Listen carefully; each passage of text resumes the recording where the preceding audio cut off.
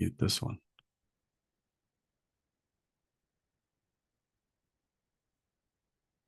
That's us. And that's probably like a 5-second delay on that one, but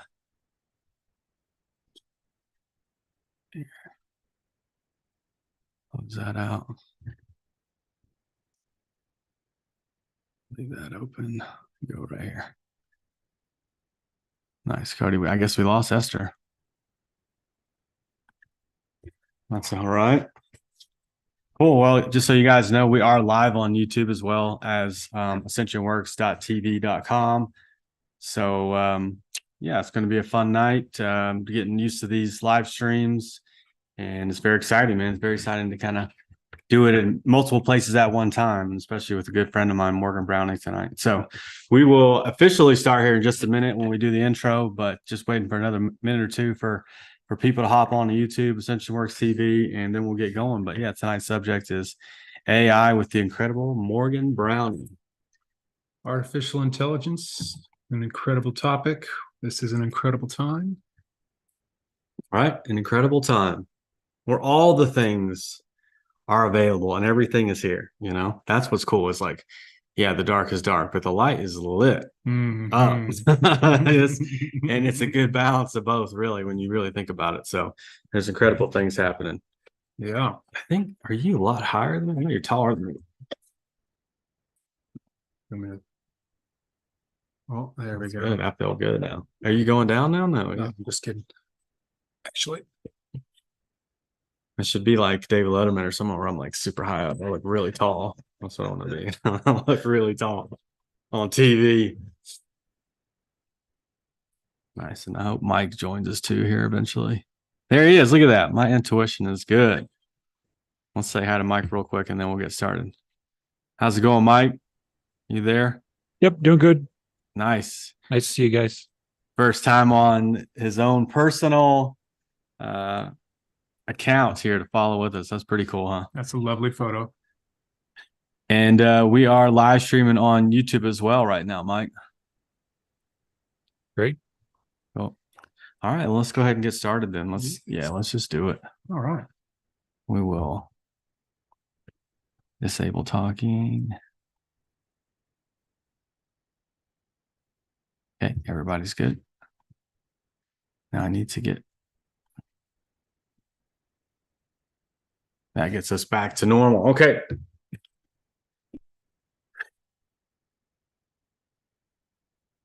Hi, everyone, and welcome to another Mystery School. I'm your host, Jacob Cox, and tonight's topic is artificial intelligence.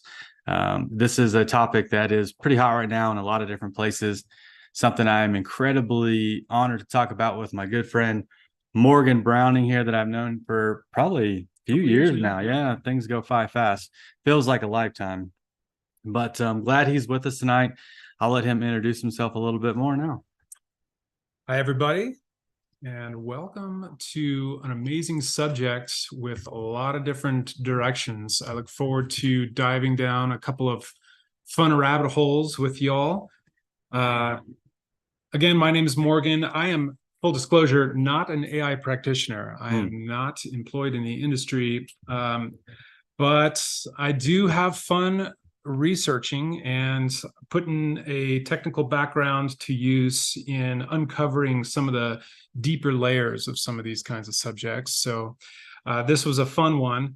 I appreciate the opportunity to come speak with you and all of you this evening to really, well, to unpack some of the influences on the subject so that we kind of understand, is AI an ally, or is it a threat, or is it possibly both, right?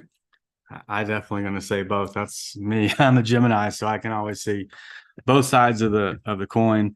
I just want to let you guys know I've known Morgan for a couple of years and gone really deep with him down the rabbit hole into our past, ancient past and civilizations, the future and the now. And to what he said earlier, you know, we are in an incredible time right now. The dark is really dark, the light is really lit, and it's, you know, both sides are there to equally dive into. And I feel like both are necessary, really honestly, like both are necessary, not one or the other. I'm like, you know, I love the light worker term and everything like that, but I would not be where I'm at had I not had my own darkness. Not that I have my own darkness, that I'm able to, experience things for growth. I mean, a seed can't grow without being buried first into the darkness. So I think that's super important for us all to realize, like, it's all necessary. It's all good. If it was daytime all day, we'd all die and plants would all die, and and that balance of night and day really helps us survive and to thrive, really. So so I asked Morgan to come tonight, and really honestly, whatever he wanted to talk about, and this subject came up, and it's just something I really haven't had a huge discussion with anybody else but you. So it just made total sense to make AI our talk for tonight. And we've already talked about it. This will definitely probably be something that has to evolve and to grow out into probably multiple conversations on down the road, which I hope will join me for, and new things as well, if you feel up to that. Yeah, and I look forward to reading any commentary tonight or in future viewings. This has the potential of really becoming a much broader thread than I think 1 hour can warrant here. But to roll right into it, we have really 5 areas to cover. I suspect we'll get through a sampling of all 5 of these topics, but if we can deep dive into some of them and then hold some off for the conversation after, or maybe plan a future conversation. So again, I look forward to reading the comments to see what kind of interest there is on the subject. And again, thank you, Jacob. Yeah, absolutely. Thanks for being here. Let's get to it. I feel like the first question Morgan posted me, like, what is it? What is AI? And I'm going to let you softball this first one. What is it? We're going to dive into how does it work? What is the history to the present in encompassing what is this artificial intelligence? And I'll just start with, and forgive me, this is an opinion.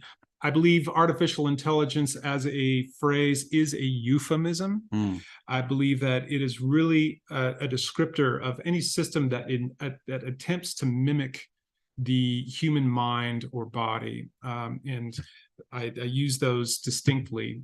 Artificial intelligence has, since the 50s, really been a tool to test and develop the digital technology such that it can emulate or even supersede the capacities of the human mind. And it's been that way since the 50s, when the first developers ran a mouse through a maze, a mechanical mouse through a maze. Oh, wow, mechanical one. I didn't even know that. With the intent of that mouse learning its way through iterations, right? Wow. Which is essentially a distilled version of what artificial intelligence does, which again mimics the executive function of the brain.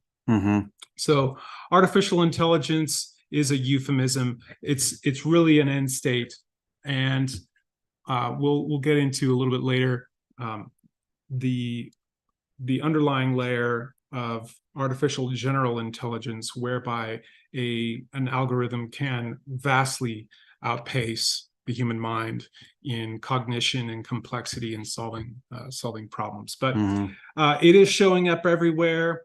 We had a little bit of a conversation a moment ago about it shows up in the phone in the form of different facial recognition characterizations.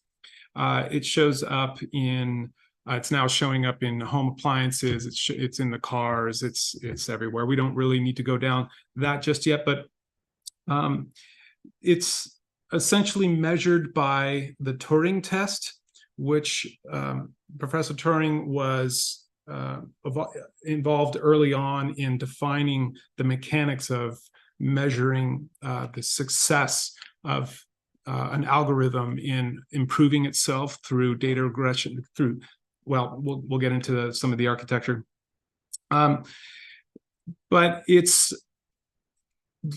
a defining characteristic is that technology or digital technology is scalable, infinitely so, so that we can see without a broad physical footprint, an algorithm can become more and more capable, complex, and faster simply in the cloud. Right. So that makes it along with any other digital technology, a highly effective and efficient way to create change or to create influence over a population or an individual. Yeah, because they're collecting data and they're learning. It's essentially learning, right? That was technical. My just easy peasy definition to me is artificial intelligence versus what natural intelligence, that naturally things evolve. But even at some point, I mean, if artificial intelligence is so just so being created so much, if it's just becoming kind of like a norm, then it gets to be a point where like it's being created by a natural process too, maybe something that just naturally happens on different planets and civilizations. This is something that not just something that we have come to terms with, but every civilization probably out there in the galaxy has to come to terms with artificial intelligence at some point. Like somebody's going to create something that talks, man.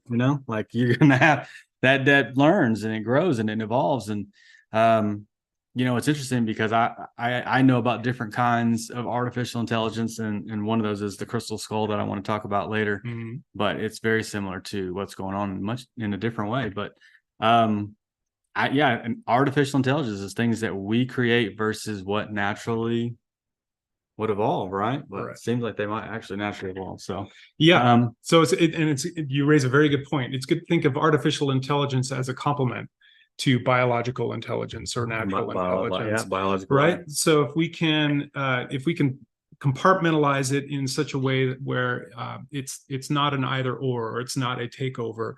However, it is a useful tool that is gaining strength, and the extent to which it becomes a major influence over us as individuals or as a group or a society. We'll get into this a little bit later, but my theory is that it is destined to become it always has been a tool for humanity. Mm-hmm. It was designed, developed, implemented through humanity. Mm-hmm. The objectives, optimization criteria, data sets, they're all defined by a human, mm-hmm. right? Yep. Now, some might argue that is changing now. AI can write AI. AI can define what data sets and parameters, but it's that original generative AI that is still beholden to the whims of its creator. Yeah, that's definitely pretty cool too, right? That we have this system that we've created that's learning, and man, it's mind blowing, really. Like when you think about it, like what. Let's get into just how it works, and let's try to chunk this down so that we can come back to some of these chunks a little bit later. That sounds good, man. Yeah. So we talked about data. AI is fed, it eats data, mm-hmm. right? With that data, that it harvests constantly from whatever databases or sensors it has available to it.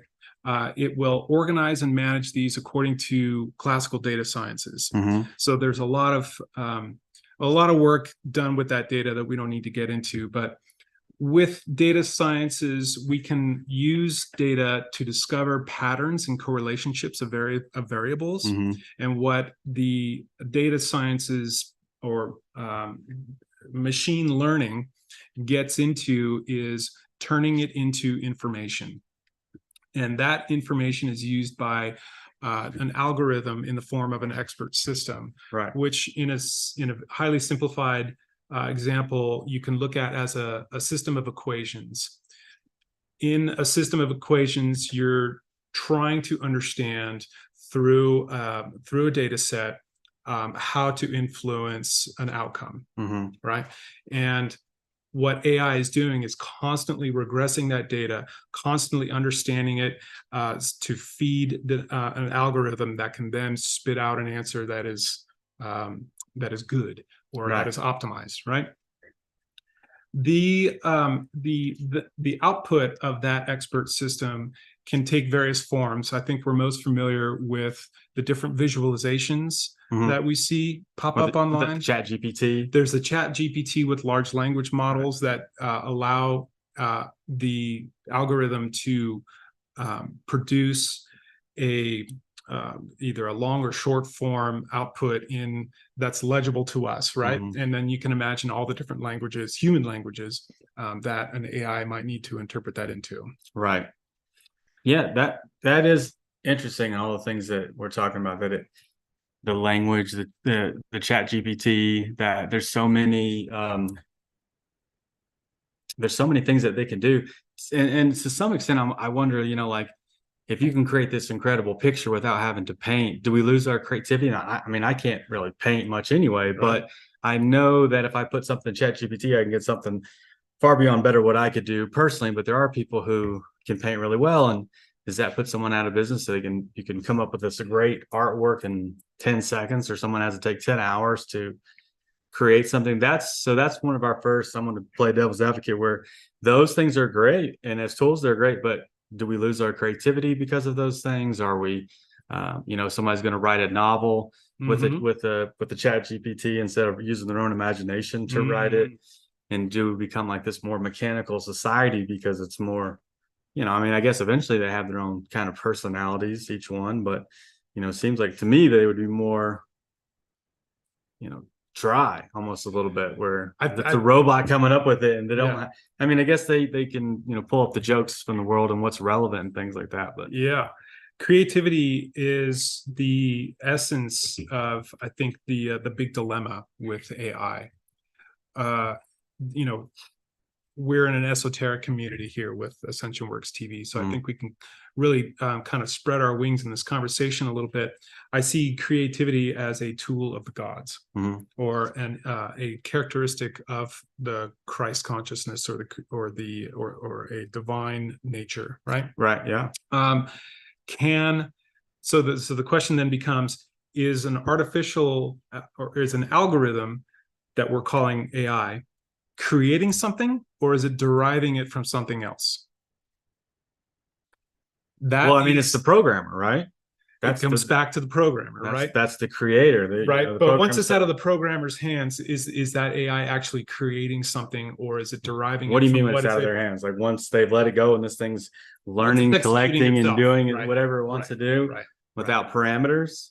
Yeah, because I feel like, I mean, all these things, when I think about it, like these. We're getting a lot of AI all of a sudden, right? But that's just because somebody just dropped on us, because a lot of people have been using that shit for a long time, right? Long decades at least, that certain organizations who have this technology and been using it, and probably a lot against us. We all know, right? Collecting our data, where are we at?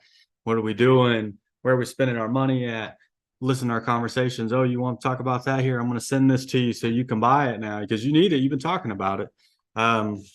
Those things are definitely happening. So what we're getting is just kind of like the breadcrumbs of these sandwiches people have been eating on for a long time, right? So there's a lot more going on than what we're aware of. In the past and and currently, and But one of the things that people say is, like, when you talk to Chat GPT or when you talk to someone, you're going to get these unbiased answers, but it's probably not that way. There's media and information is really misinformed a lot now, and there's certain obviously agendas that are being played out in a lot of different kinds of media. So, but it seems like I would just be weary of that. That when you're using a certain thing and trying to get certain answers for it to write a book, is it going to write one of these a woke book, or is it going to write, this other kind of child's book? And what's it going to give to you? And is it going to have themes in it that are being played out globally right now in certain civilizations or certain cultures around the world? These are fantastic questions. And there are probably 1,000 more. I just want to shed light on what we understand. To your point, what we understand of artificial intelligence is really just a small sampling of what the industry is working on, right? Sure, yeah. So, and the last bit on kind of how it works, there is the HMI, or the human machine interface, right, with the large language models or whatever input output that's being made available to us, right? But AI is vastly useful outside of human machine interface. You can have AI informing other applications, other systems, mechanical or otherwise. that I think in an industrial at industrial scale far exceeds the footprint or the influence that AI might have on a culture. Right. It's being used in industry to, well, in products and in the operations. It's being used in media, as you said. I include in my notes, and I'll make a link available to those interested after we're live. It's been used in media to write articles that are then plugged into websites with an author's name on it that might, and that author has no existence outside of that article. And in fact, Sports Illustrated was caught doing this, and anyway, that's another kerfuffle. But I mean, the whole thing is really grounds for subliminal messaging and agendas to take place for me, because you know, when you have algorithms and things that can, you know, put someone's post at the top because they're talking about things that this platform likes and this person's not, and all I got to hear is catches a few keywords on this one and put this one up top and put yours at the bottom, because and like lets people see it, because you know, I don't, you know, all I need is a few words and then I can put them wherever I want to. And I feel like that's probably happening. Whatever hashtags people have, words people are using in their posts. And so that to me is where it's definitely dangerous, because I don't want to play devil's advocate. I told you that I would, but I mean, I definitely am for and against it. I mean, I feel like ultimately, I told you before, Star Wars is my documentary, and that C-3PO and R2-D2 are really out there somewhere, you know, following around some Jedi who's just a master for magi, who's learned how to, you know, use the Force. And to me, that's one thing too, I feel like, to realize is like, we do have this magical force that's all around us that we're all a part of, and we can tap into that. And so we don't need a telephone to channel someone around the world. We can do telepathy and talk to someone in another country, you know, just through our own minds, because we're all connected. We don't need phones to do that. And so that's one of the things I often think, that it's artificial. Do we need these things? Do we have to have them? Is our world somehow in some kind of party for not having these things, or are they really needed? And then I think about Master Crystal Skull, which I feel like is super important to talk about, because it is one thing that's probably not going to go in the discussion of AI often, but really, honestly, it has to be. As to bracket the conversation, yes, I agree.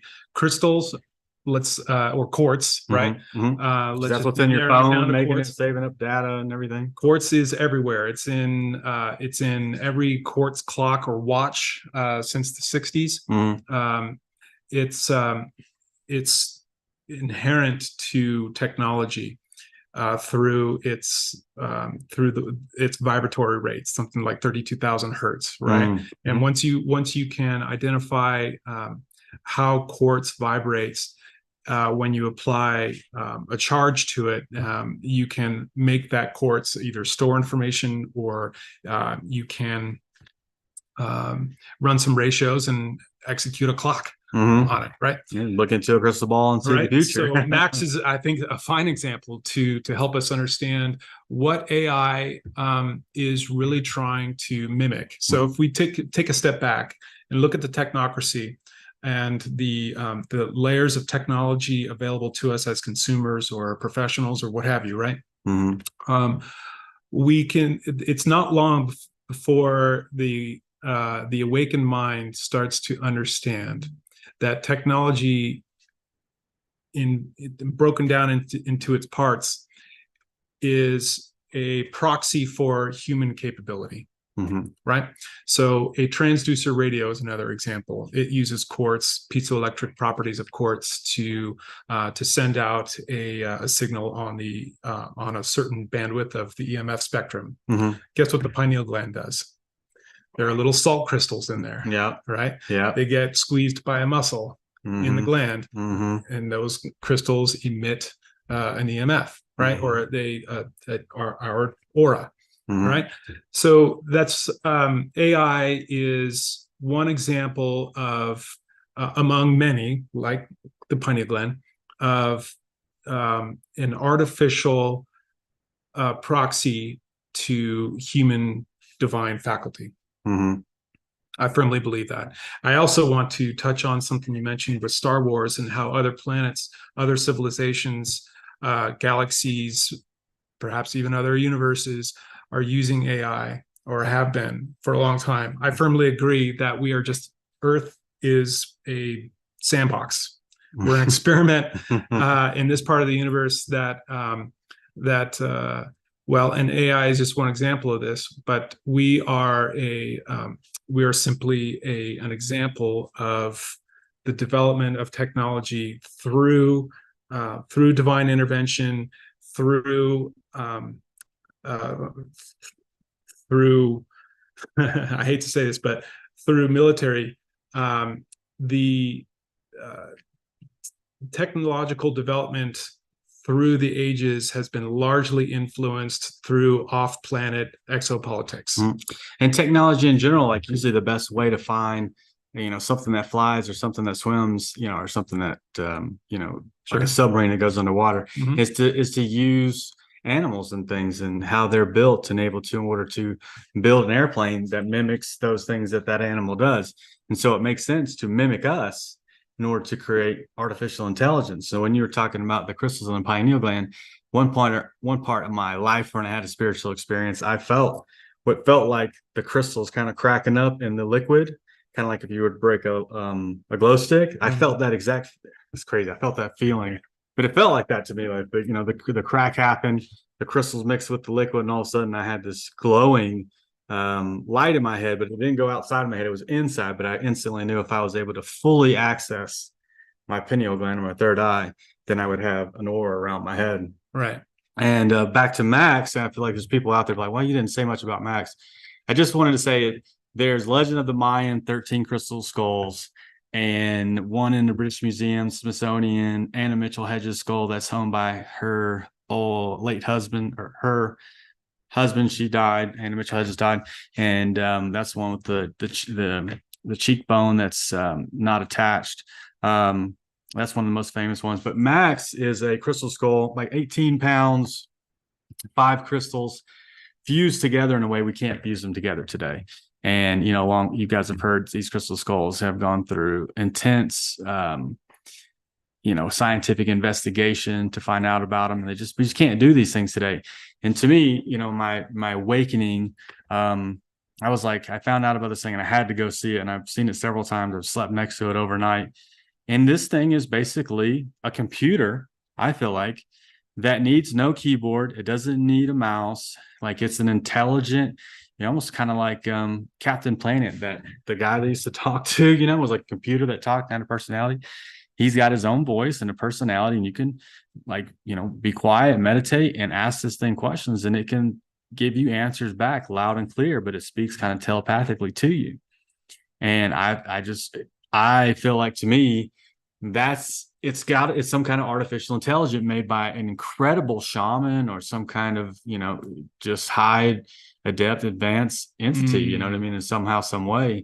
But this thing, I feel like, had the connection to the Akashic records. So certain people who are not so spiritual can have artificial intelligence that kind of takes advantages of people and may not have the moral values. And there's some people who could create something, I think, that's so pure, blissfully beautiful and amazing that you could spend 30 minutes of this thing and change your life, and you'd be like, wow, that's crazy, but this is a crystal. And then they're just random crystals, that can actually communicate with you and talk to you. So, but this one was much different than all of those experiences I had with just random crystals. This was much more intense, much more energy charged. This thing knew things about my life that just made me bawl out crying and had a personality too, to boot. So yeah, I think we're just looking at a small fraction of lens of what is available, what's possible, and that things like Star Wars really are true. That there probably are aliens out there and entities, even on this planet, that have robots that help them do things, and are super intelligent. And I mean, I guess again, there is no, when it comes to creation and creator, there's no end. It just could probably get infinitely crazy. To what's the guy on the Marvel with that has the jewel in his head? You know what I'm talking about? His wife, a lady, is the Scarlet Witch. Yep. Somebody's gonna pull it up here in a second, but that dude is like super cool, man. And he's obviously some kind of artificial intelligence, and it's like here it is right in front of you. We can create things you guys wouldn't even imagine. Yeah. Yeah. You mentioned the Akashic. What is the cloud? A proxy for the Akashic. Yeah. What is the internet? The internet Sure. is the physical rendering of the internet of all things being connected. So the cloud it's like all these things people are making. Yeah. And that's why it's hard to determine sometimes if it's okay or not, because they do mimic natural law and natural ideas and things like that. You're hitting on some really good subjects, and researching some of these. I'm running across a lot of different projects to bring coherence to the Akashic, or at least here on this planet, right? And it becomes abundantly clear that AI is a clarifying tool on the technology side to bring coherence to a society. Now, whether that is done in, according to an agenda or not is another matter, right? We talked about how ChatGPT will provide an answer that fits a certain format, or it might shy away from certain subjects, or certain give you a certain tone, right? Well, AI can be trained to, and we're seeing this with Elon's new AI that I won't mention the name of it, but the tone, the breadth of information it's working with, the depth or the risk, or the any taboo subjects can be trained in or out of the domain of that AI's knowledge base, right? It gets really fascinating just to understand how broad the potentialities really are in just those tools that are being made available to the consumer, for free. Once you start really diving into what the capabilities are and applying large amounts of money, right, to developing those capabilities, the sky's the limit. It's possible to come up with just without any code whatsoever. You can jump online and build a company according to a pretty simple set of steps that can define that build for that company. You can define and execute your own bot that will optimize for certain conditions, whether it's going to book clients or provide information according to a data set that's not available elsewhere, right? Differentiating your company from others, et cetera, et cetera. That's impossible without any code background whatsoever.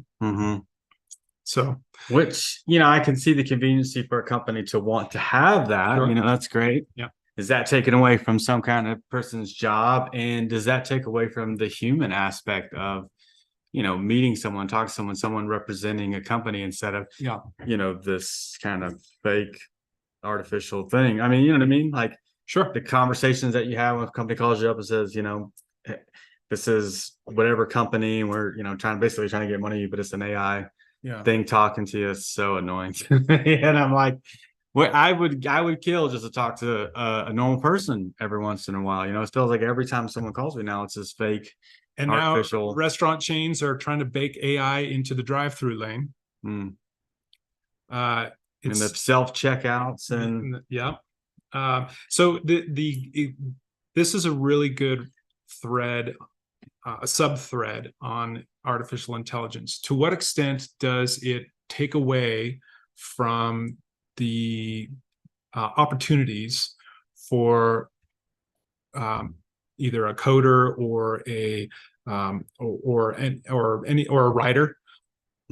So artificial general intelligence, the theory is that most, if not all, but most intellectual and economically valuable tasks can be performed by an AI, right? That means middle management. That means accounting. That means writing. So getting back to creativity versus the creativity of the human spirit versus the excuse me, capitalism and profit. I mean, is that what it comes down to, right? Of AI, we get into a philosophical dilemma now. So, and I want to dive into those in just a moment. Getting back to kind of a flow here, I think we have a pretty good understanding of what AI can do, how it works. So, probably an elementary understanding, honestly. Of course, right? and again, this could be a thread that can go a year long, I suppose. Sure, yeah. But the $1 trillion question, what is the $1 trillion question? You're kind of hitting on it, and I'll go ahead and pull it up here in my notes. It seems that the industry is grappling with this very subject. Is this a constraint or an opportunity?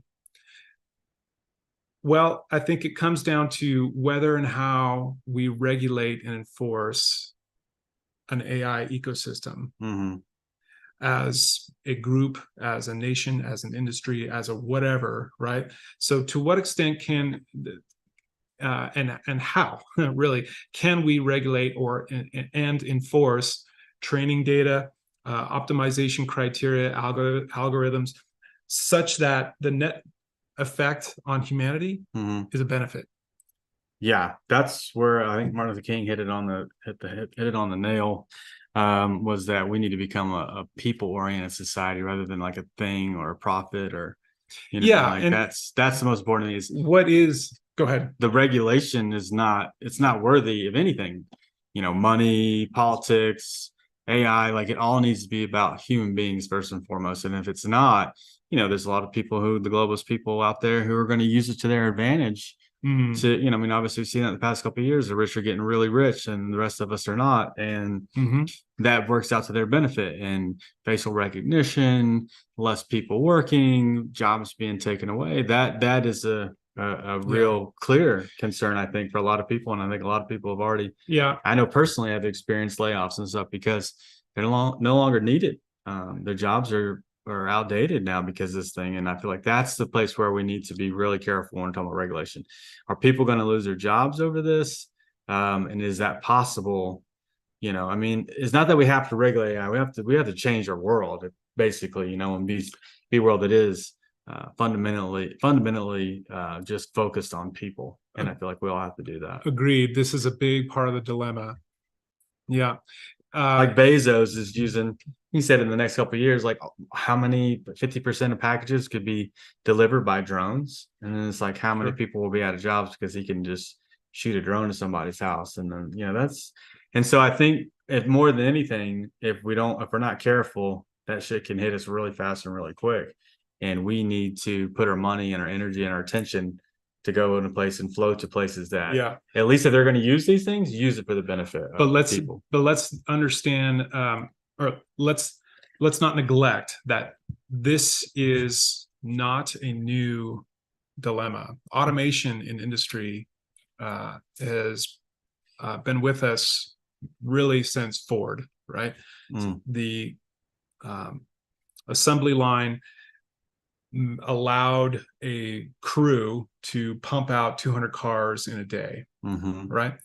Well, that is fundamentally different from the craft work of a hand-assembled car, right? Sure. Well, since then, we're now using AI-powered robots, and now really the human function in a complex manufactory like that, let's take Tesla, or any others, and the human function has been moved into a managerial role, right, or a quality assurance role, right? So the factory is designed and built by the workforce, and that workforce is then tasked to operate it such that quality standards and productivity are met. Okay. That's nothing new. The difference here is that efficiency and quality can be further enhanced through intelligent robots. Right. That's right. So working with the theory that automation is been ramping up for the last 100 years and will not stop. Yes, it behooves we the people to keep our skill set aligned with what the future holds and not the present or past. It also allows us to dive into further specialization. So rote tasks we know have been assumed gradually by automation. Now we have more intelligent tasks now being assumed by intelligent algorithms. This is where this is, I think, precisely what the European Union and the United States have been focused to protect the workforce, right? Right. Yeah. And the consumer and everybody else in between, right? So you have now products and services that are subject to artificial intelligence. That means that less involvement, or perhaps transcendent involvement from all of the humans involved in that supply chain or that value chain are now now calling for different skill sets. Right. And the robots and AI are doing the work. Right. And and so then we have to be really careful. I mean, do you ever think at some point, just because you got robots, they're just going to do what you tell them to do all the time? If you have these super smart, gathering data, gathering information, I mean, is there like this aha moment for robots too? I mean, we've definitely seen it, we talked about this the other day, short circuit, the thing got electrocuted and all of a sudden he's Johnny number 5. And what are you doing, Hal?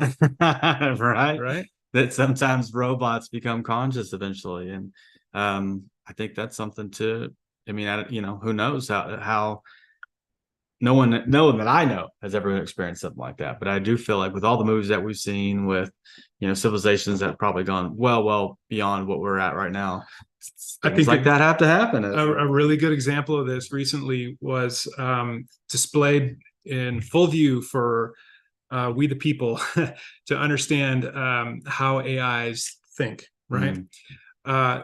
There was a robot at a trade show working on a pick line. Imagine a big distribution center and you have boxes flowing on conveyor belts everywhere, and it stops and a human or a robot needs to place some product into it according to a bill of lading or what have you. Right. Well, a robot was doing this, and it was going to be doing it all day long. Yeah. Have you seen this? No, I don't think so. So the robot, it took some forensics to figure this out afterward, but the robot determined that this was a dead-end job. Wow. And it dropped. It fell to the floor. Really?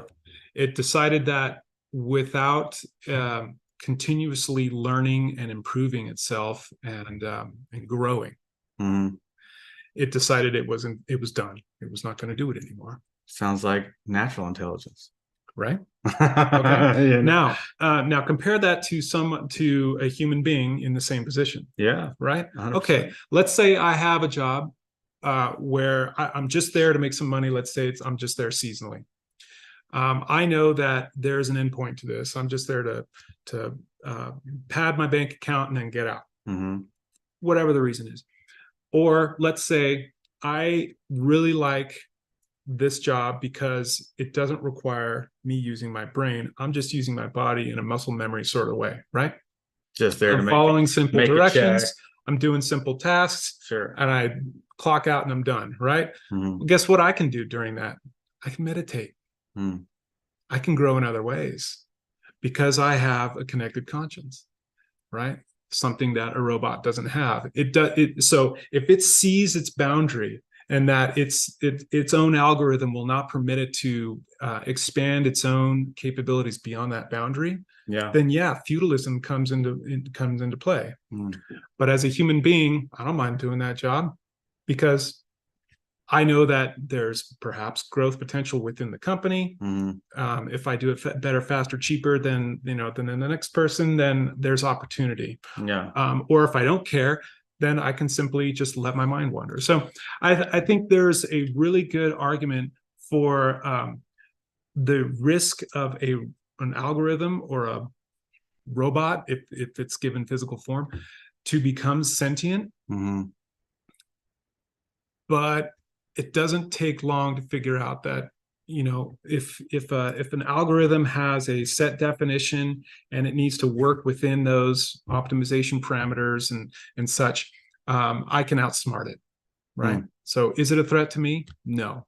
I have infinite ways where I can outsmart any algorithm. Yeah, I do believe that. Right? I mean, I agree. I believe the human brain is more capable of it. I don't connected. Yeah, all of us, we're connected to the internet. And so, all things in the Akashic record, everything is all available to us. I feel like, as we evolve and as we meditate and do our spiritual practices, I think we're all kind of getting more connected. Yeah. But it's certainly crazy. And it's the debate of, has our technology surpassed our humanity in this thing too? So we have to be careful. Because kind of like the Jurassic Park, just because we can do it doesn't mean we should. And I want to go back to what you talking about jobs earlier, and I feel like that's something that's really happened on this planet. Is we've got this caste system where people, if you work in a fast food restaurant or something like that, you're lower than someone else who does this job over here. And I feel like that's a place where we need to really understand that people eat 3 times a day normally, and just because someone works at a restaurant serving food doesn't make them any less than anybody else who does this job over here. People need to get their hair cut, get their lawn cut.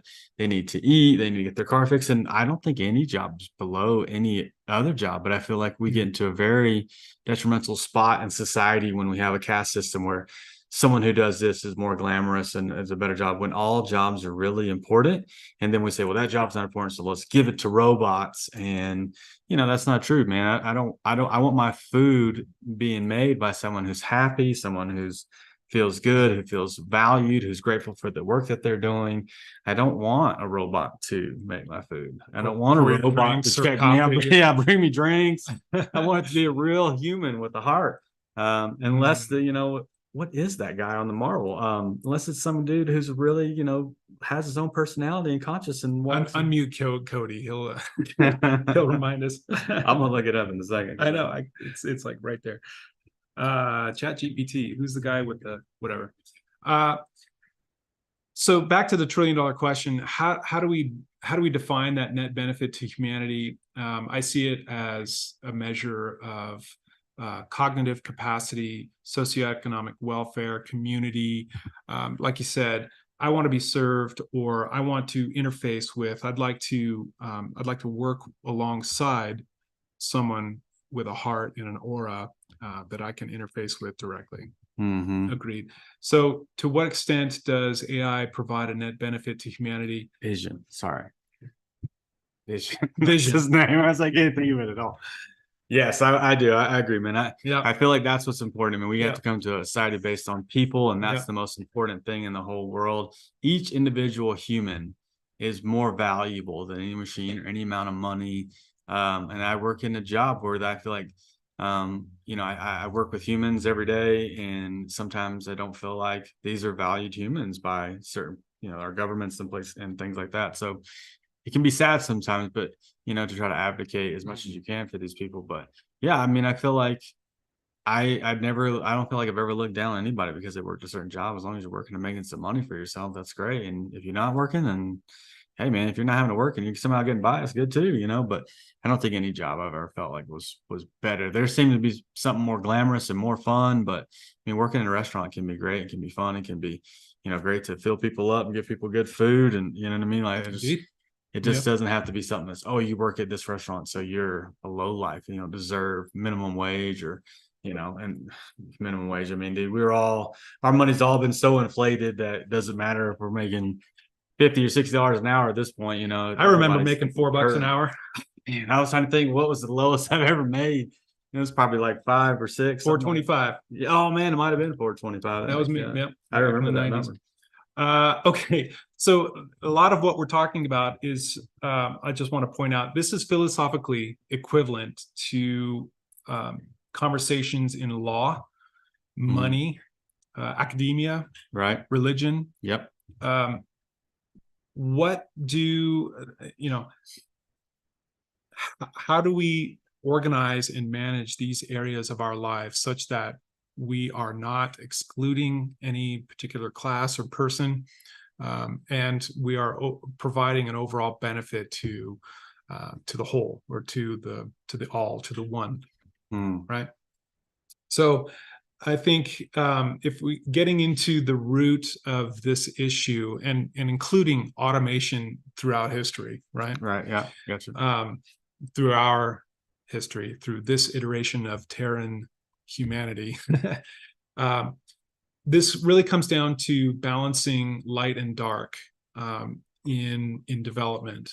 So if we have the dark in service to enriching the few, for example, right, we're going to make things so efficient that the people at the top make even more money, right? Right. Or do things that infringe upon our freedoms. Or do things, Like if you don't play the game right, behave we'll a certain turn your way, electric car or off, think a right? certain way, right? So we'll turn your smart meter off. You don't have power to your house anymore. Like those things, nobody's rights and privileges, not even privileges, the things that we're all as living human beings are given our God rights to, and to have, and to need, and to water and food, and to resources. All those things should never be infringed upon. Right. So you have the social engineering side of this thing, right? And then we have the light, right, which is that net benefit, the cognitive growth, the connectedness, the etc. Can AI be a part of a balanced growth in humanity in those respects? I think it can. We'll get into some thesis here. Oh, wow. I told you, man. If you try to read every word, that goes quick. Yeah, go through it. We're sitting at just under an hour, so we'll go for a little bit more. Well, all right. So we're just touching on some elements of the next kind of major subject here, which is the spiritual or quantum dilemma. That's a good one. Yeah. Yeah, 100%. Yeah, this is really just one piece of that whole umbrella subject. Probably my biggest one I feel called to talk about is the spiritual dilemma of all this. I mean, and I'll start it. I'll kick it off, because when you talk about that, you talk about people on social media, and every picture is a filter, and every person looks so good, and they, perfect, and skin's flawless and everything. And that's all great, man. But at the end of the day, like when you get 100 likes or 1,000 likes because that picture looks so perfect and pristine, and then a real one of yourself doesn't, what does that do to your humanity, your self-esteem? That the real raw you isn't good enough somehow, that some AI generated filter makes you better, makes you get more likes, makes you have more popularity. And then what happens when you actually go outside to a party or something like that, and then people don't see, they think they have this altered view of what you should look like, and you don't look like that, and then they're disappointed in something. So, and that's going to really take a shot at your self-esteem. So those kind of things, I feel like just the natural laws of the universe get affected here a little bit when we introduce AI and artificial intelligence into the world. And so I think it is something definitely to be careful of, those fake pictures and the fake people. And like I said, we were talking earlier about you get it on there and creating some masterpiece. And I know for Ascension Works TV, we have some incredible pictures that we use, and some of them are AI generated, and I'm super thankful, because I don't think any of us could paint any of that. But there are people who do paint, and they paint a picture that would look like that would take, I don't know, days, weeks maybe, to do some of these artistic works. And I wonder, does that put someone like that out of business? Or we could have bought someone's artwork or an image that someone actually painted, rather than asking this app to make us a cool picture that we can use. So to your point, are we talking about paint? Or are we talking about Photoshop, a digital paint? And I think we wouldn't have to look back very far to see the progression. AI speeds things up. So now I can just offer a prompt, right? Whereas before I was collecting different elements and layering them and brushing, and doing a lot of stuff digitally, but it was a lot faster than working with oil or water, for instance, right? Yeah, it is faster. So, and I think that's the key thing, is everything in AI seems convenient, easy. Sure. You know what I mean? It makes your life easier, more convenient. And, and I feel like to some extent, sometimes having an easy life for everything to be super convenient can be something that hurts us in the end, because guess what? Guess now we go to the convenience store and pick up our groceries, and nobody knows how to grow any of that stuff. No one knows how to turn the soil and rotate crops, and if somebody's done for us. So once the prices go up because all the plants have been burned down and now everything's super expensive, we can't do those things, and if it goes up too high, then a lot of us won't even be able to eat. So I feel like that saying that easy times create easy folks. I mean, that's something we have to, really have to think about. Like how much is the convenience worth? Is it worth to not know how to make preservatives? Is not how to grow your own food and, make your own clothes and those kind of things, so we can just go buy it for a cheap price. Yeah. Yeah. So to understand how AI plays into the spiritual war or this dilemma, I think it's helpful just to understand the motives behind the technocracy or AI in general. The raison d'etre. AI is a means of control. In the eyes of its handlers or of its creators, it's a means of executing some sort of fundamental, either a process to make things easy in a small scale or in a large scale. It's means of controlling massive change, right? Influencing, informing, guiding, somehow bringing a group into some sort of set of behaviors that wasn't, that's different from what was before, right? Right. Yeah. By comparison, we have the Akashic or the social memory complex or the connected conscience, right? We humans are connected in ways that allow us to learn from each other without having, right? This is, I won't get into some of the proof behind this, but we are now in a time and space where we can see the artificial equivalent to what humans have had for many, many thousands of years, right? Let's stay cognizant of that. Let's discern. Let's be critical thinkers. It's not hard for an expert to look through the output from a large language model. And I'm quoting, Jill Nephew, a behavior scientist who's been on the circuit for AI on various outlets. It's not hard for an expert to see ChatGPT output as essentially a word salad. Yeah. Right. So someone who's really done the research in a specific area can identify the constraints within which ChatGPT is working to produce an answer that sounds trustworthy, that sounds thorough, that we can echo to somebody else, and that person's going to go, wow, without any real context. It's believable, it's trustworthy. Right. Yeah. Right? So if you don't know enough about it, it sounds good. Yeah. Right? But it's not thoroughly researched like a human. Right. And it may be just a conversation starter, right? Yeah. Okay. But it could be, when it has more access and they're able to, quickly and fast pick up new things and be able to, find things all over the world in different places. Sure. Imagine it could be, instantaneous. Yeah. I raise this as to offer some meat behind the theory that the motives, the motives are constrained. They are of a service to self nature.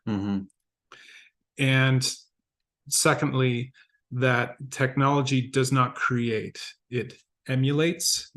It can derive.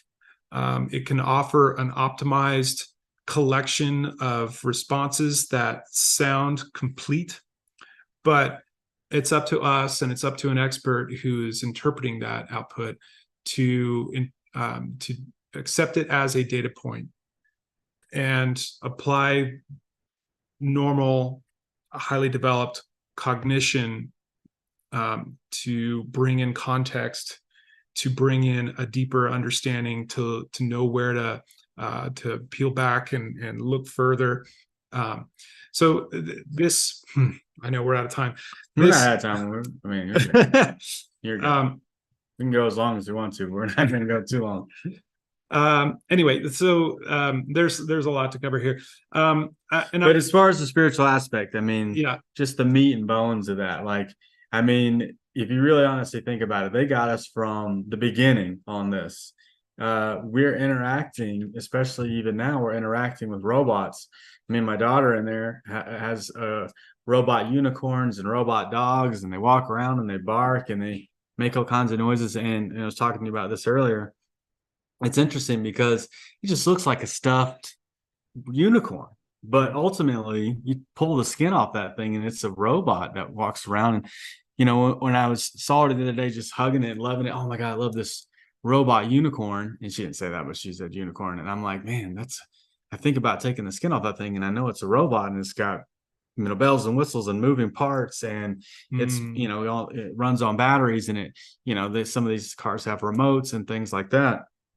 And I mean, we're literally hugging and playing with these robots, and these robots are really, and sometimes more attractive than the dog or something that doesn't have the bark and the robot movements and the walking and the batteries and the batteries and everything like that.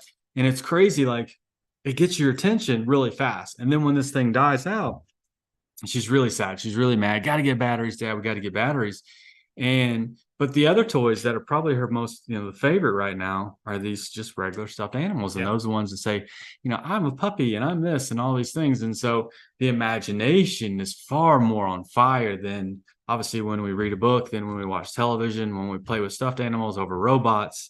We create those sounds and we create those things in our mind. And, you know, it's just, I don't even think we're really conscious and aware of that aspect in general. Is like we're really getting involved in interacting with these things from the get-go, you know. And I didn't even think about that until we had this topic, which I think is one of the great things about doing a podcast like this, is to really get my mind going and thinking about how this is affecting my life. And really it affects my life in more ways than I can ever imagine, from my car to my kids to, you know, could I lose my job because, you know, someone that's be able to do the things that I do from a computer or from an artificial standpoint. So I think that's something we really need to be aware of. And like, again, our technology is kind of surpassed that of our humanity at this point. We need to catch up. We care about others. And, you know, why do people want to play with shiny robots toys than these other toys? And just be careful, everything in moderation, and, you know, don't just throw them off the deep end.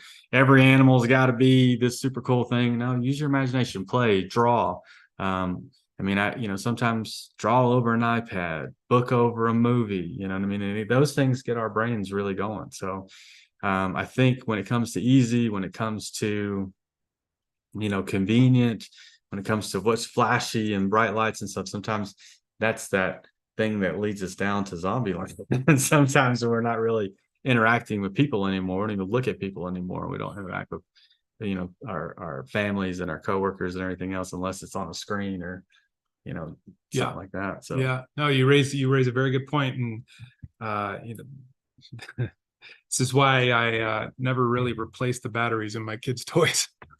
Probably smart, you know. That's when they were younger.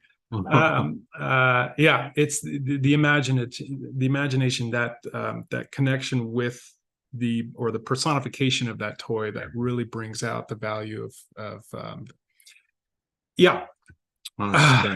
so much. Let's move on, because we're going to be short on time. I know you got some things that you want to wrap it up with. Wrapping up the spiritual quantum dilemma. I see AI, the end game. We hear a little bit about transhumanism, artificial general intelligence, and the perceived threat that it brings to managerial roles in industry. We have part of the end game. I see the polarized evolutionary pathways, right? Mhm. We have right brain dominant, and left brain disconnected. This is another Jill Nephew observation. The usurpation of divine faculties Mhm. by technology. In other words, we're going to get lazy, right? That's the perceived threat. We're Mhm. going to become disconnected. We're going to be completely reliant. It's a crutch. It's no longer just a tool to improve the quality or speed of an output. Mhm. It's now the primary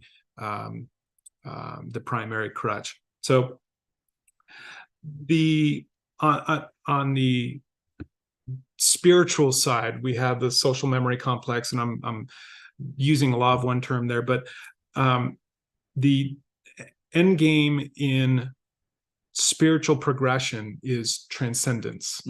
It's intuition, it's spiritual growth, connectedness, awareness, and well-coordinated brain hemispheres. In other words, a fully developed human, right? Yeah. With all of its faculties.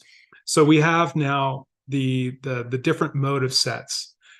And again, it comes back to, let's use our discernment, let's be critical thinkers, let's never forget that an AI piece, an artificially generated piece of information is one data point by which we make decisions. This is why there's always going to be a human involved in most critical life safety decisions, or in a defensive posture out on a battlefield, right? You're never going to. I suspect we will not see on this planet an AI dominant, or an AI claiming dominion over any part of the human race. Not if we have anything to do with it, right? Right? Yeah. And I think we're getting help on that one as well. Yeah. So with this in mind, I think we can move into the kind of the well, I think we can get into the my final two theses. Okay, let's do that. Okay, yeah, let's roll. There's a whole risk analysis we can get into. I similar to environmental impact reports and process hazard analyses or failure mode effects in the physical world.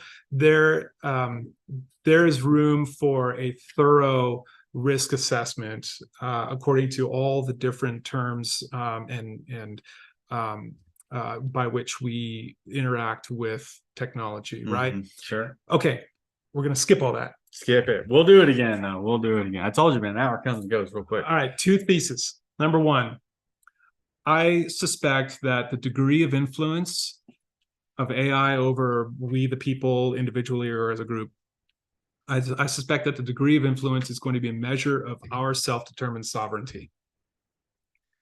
Hear me out on this. Sovereignty has multiple facets in technology, law, money, academia, and mind, body, spirit. We are sovereign in all those ways, as long as we identify ourselves as such, as an individual, as a group.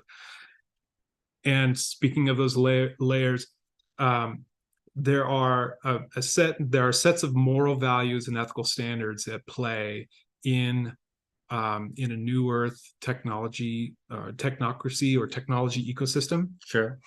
So if we couple this subject along with many others about where this planet is going, where we, the people, are going, where I, as an individual, where the collective consciousness is going, I suspect that in a new earth scenario, we will be claiming sovereignty in terms of moral values and ethical standards in technology development. This will determine how and to what extent, what the magnitude and characteristics are of the influence of AI on our development. If we can claim our sovereignty in all those different ways, keep faith and optimistic, use loving intent in those algorithms, and essentially optimized for a service to others social norm, Mm-hmm. AI will continue to be a tool for the growth and expansion of humanity, or we individuals. Yeah. That's my first thesis. Number two. Do it. Okay. Artificial intelligence, I suspect, when we lift ourselves up to the highest transcendent point of view, Mm-hmm. artificial intelligence, I suspect, is a tool of the gods to, and I say gods plural, Mm-hmm. Essentially to support the polarized nature of the schoolhouse Earth scenario that we're in currently, Mm-hmm. such that we have, from a negative or a fallen angel perspective, we have means of control and enrichment. But from a positive or ascendant perspective, we have decision aids, we have rote tasks that are taken over that allow us to spend time with family or specialize in our career or what have you, right? And we have a tool that will help us aid ourselves, that will aid us in our own awareness paths. So if I can ask questions of ChatGPT that are not bounded to secular sciences or to a certain agenda, if I can approach some of the more esoteric subjects or the mysteries of humanity or the universe, I suspect that the likes of ChatGPT will be very useful for the next generation. Mm-hmm.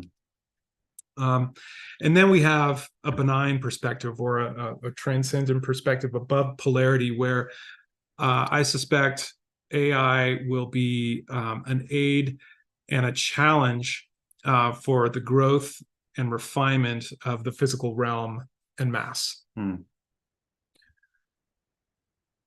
I don't see AI as a threat, knowing that it's in use elsewhere. Mm-hmm. And ultimately, it is I suspect a tool for the growth and development, further technical and spiritual development of the physical realm. Mm-hmm. So, sure.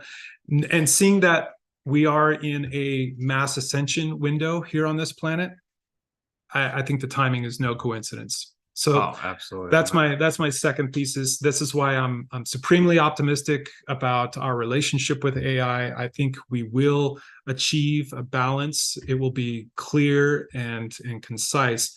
We have a yin and yang connection with technology by way of this sort of natural or this natural interface, where we can just offer a prompt and it's going to give back information in an easy and integrable way.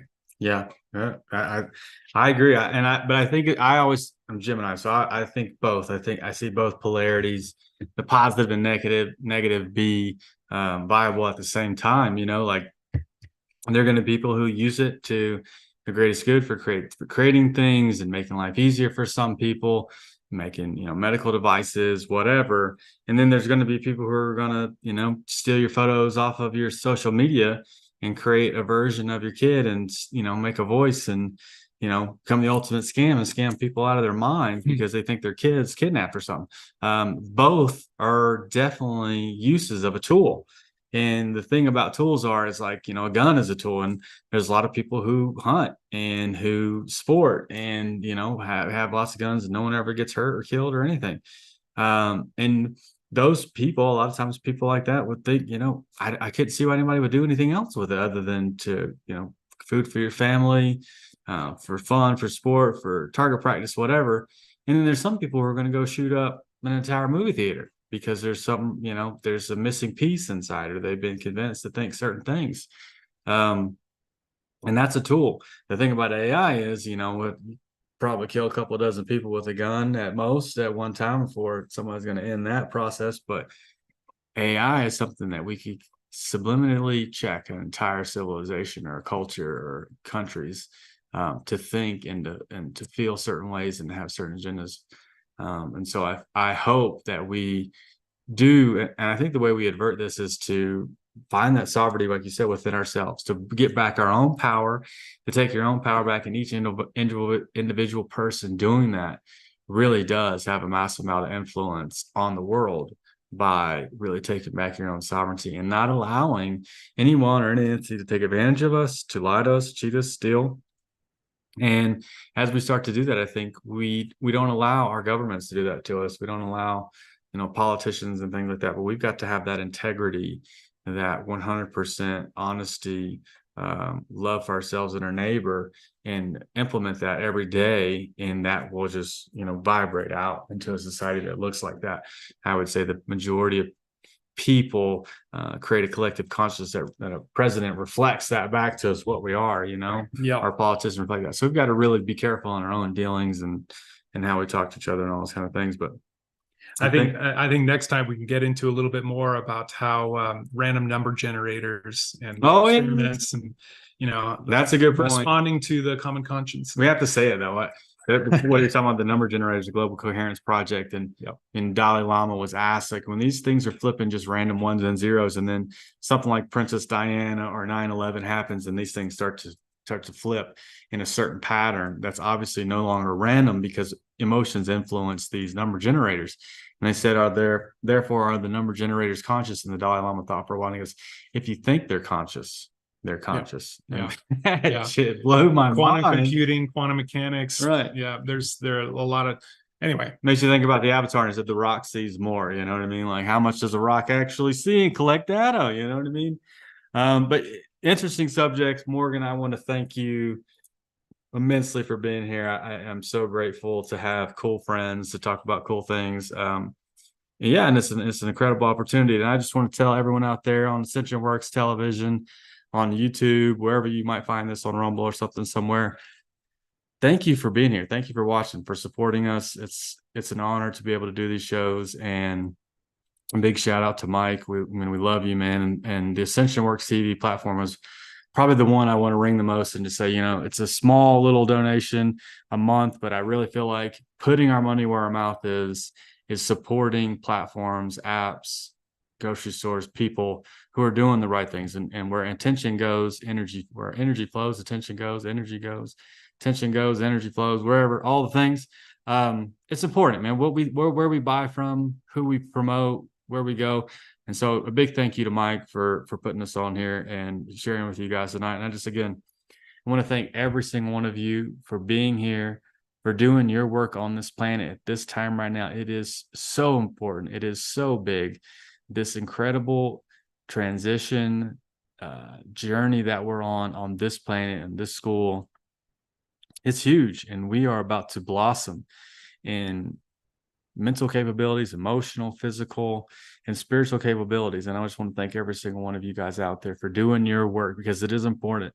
Your integrity, your love, your honesty, those things to do when nobody's looking, to do the right things when nobody's looking, because that will 100% change our world when we do the things when nobody's watching. So tonight I want to say the divine sees, honors, and recognizes the divine in each and every single one of you. Namaste. Good times. And I just want to say, if anybody's out there watching on YouTube live right now, thanks for joining us. But the conversation will only be private from here on out on ascensionworkstv.com, where we will answer questions that people have asked us throughout the time and allow people who are watching on that platform to speak as well. Yeah, chime in and add to the discussion. So we're going to end that on YouTube Live. Thank you guys. If you want to follow us more, again, ascensionworkstv.com.